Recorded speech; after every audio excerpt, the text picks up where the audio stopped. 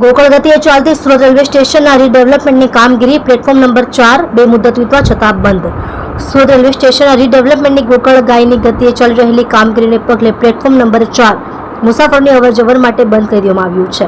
પહેલા 90 દિવસ માટે બંધ કરવાનો નિર્ણય લેવાયો હતો. ત્યારબાદ 2 વખત મુદ્દત વધારવામાં આવી હતી, પરંતુ આ મુદ્દત વધારાયા બાદ પણ કોન્ટ્રાક્ટર કામગીરી પૂર્ણ કરી શક્યો નહીં.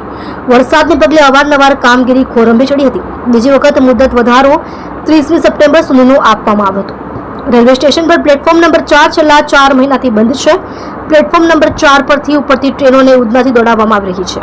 30મી સપ્ટેમ્બર સુધીમાં કામગીરી પૂરી થઈ જશે તેવી કોન્ટ્રાક્ટરે બાંહેધરી આપી હતી, પરંતુ બે વખત મુદ્દત વધારવા છતાં કામ પૂર્ણ નહીં થતા હવે અચોક્કસ મુદ્દત માટે એટલે કે બીજી નોટિસ જારી કરવામાં નહીં આવે ત્યાં સુધી પ્લેટફોર્મ બંધ રહેશે. હવે 30મી સપ્ટેમ્બર સુધીમાં કામગીરી પૂર્ણ નહીં થતા કંપનીએ ત્રીજી વખત મુદ્દતમાં વધારો માંગ્યો હતો, પરંતુ આ વખતે કઈ તારીખ સુધી બંધ રાખવું તે અંગે કોઈ ફોડ પાડવામાં આવ્યો નથી.